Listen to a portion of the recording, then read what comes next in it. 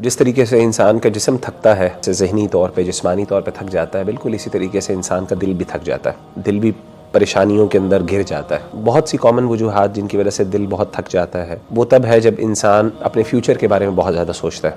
Fear of future جو ہے وہ انسان کو اکثر تھکا دیتا ہے۔ یہ انسان کا دل اس لیے بھی پریشان ہو جاتا ہے کہ انسان جو اللہ نے اس کو دیا ہوتا ہے اس میں وہ مطمئن نہیں ہوتا۔ اور تیسری وجہ جس کی وجہ سے انسان کا دل جو تھک جاتا ہے وہ گریف ہے، غم ہے، اور اسی طریقے سے ڈیزائرز ہیں، شہوات ہیں۔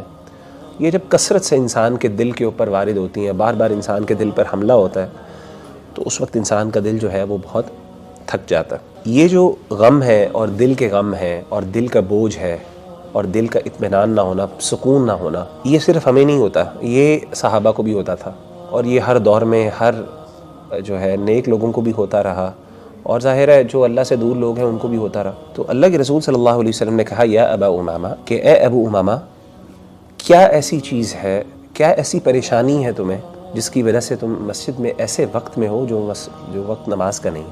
تو سیدنا ابو امامہ نے کہا کہ یا رسول اللہ صلی اللہ علیہ وسلم، یعنی مال کی پریشانی اور اس کی وجہ سے پھر غم، مطلب زندگی بہت مشکل ہو گئی، ٹف ہو گئی ہے، اور اس پریشانی کی وجہ سے، اس کیفیت کی وجہ سے میں یہاں پہ مسجد میں آ گیا۔ آپ امیجن کریں کہ صحابہ جو تھے، جب ان کو پریشانی ہوتی، مشکلات ہوتی اور وہ اس طرح کے غم بوجھل ہوتا تو وہ کدھر رخ کرتے؟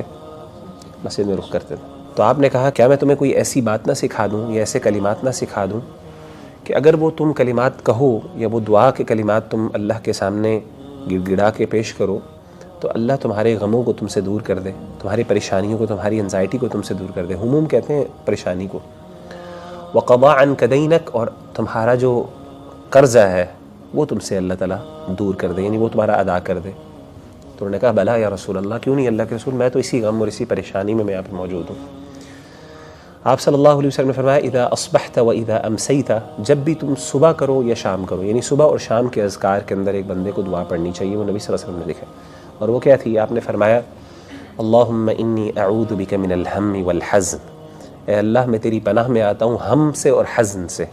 ہم کہتے ہیں انزائٹی سے، اور حزن کہتے ہیں غم یعنی گریف سے۔ وَأَعُوذُ بِكَ مِنَ الْعَجْزِ وَالْكَسْلِ، عاجزی جو ہوتی ہے وہ بندے کی حوصلے کی کمی، اور اس میں نقص کا نام ہے۔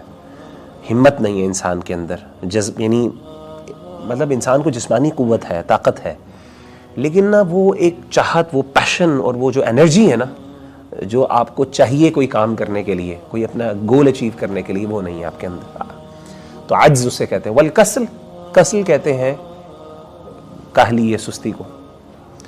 وَأَعُوذُ بِكَ مِنَ الْجُبْنِ وَالْبُخْلِ، اور اللہ میں تیری پناہ میں آتا ہوں جبن اور بخل سے۔ وَأَعُوذُ بِكَ مِنْ غَلَبَةِ الدَّيْنِ وَقَهْرِ الرِّجَالِ، اور اللہ میں تیرے پناہ میں آتا ہوں قرضے کے غلبے سے، وقہر الرجال، اور لوگوں کے قہر سے، مردوں کے قہر سے، یعنی دشمن کے قہر سے اور اس کی زیادتی سے۔ تو کہتے ہیں کہ میں نے یہ دعائیں پڑھنا شروع کی صبح شام، تو اللہ تعالیٰ نے مجھ سے یہ دونوں چیزیں دور کر دیں۔ آپ دیکھیں کہ نبی صلی اللہ علیہ وسلم، یہ ایک روحانی، یہ دل جب بھاری ہو، پریشان ہو، یعنی انزائٹی نہ جا رہی ہو، اس طرح کے حالت میں ہو، انسان کو سمجھ نہ آ رہی، انسان کو نا بازو کا نکالنے کی ضرورت پڑتی ہے۔ کہاں پہ نکالنے؟ کوئی جگہ بھی نہیں مل رہی ہوتی، غصہ بھی نہیں نکال سکتے کسی۔ تو یہ ایک وینٹنگ کا طریقہ جو ہمارے دین نے ہمیں سکھایا وہ نماز کی صورت میں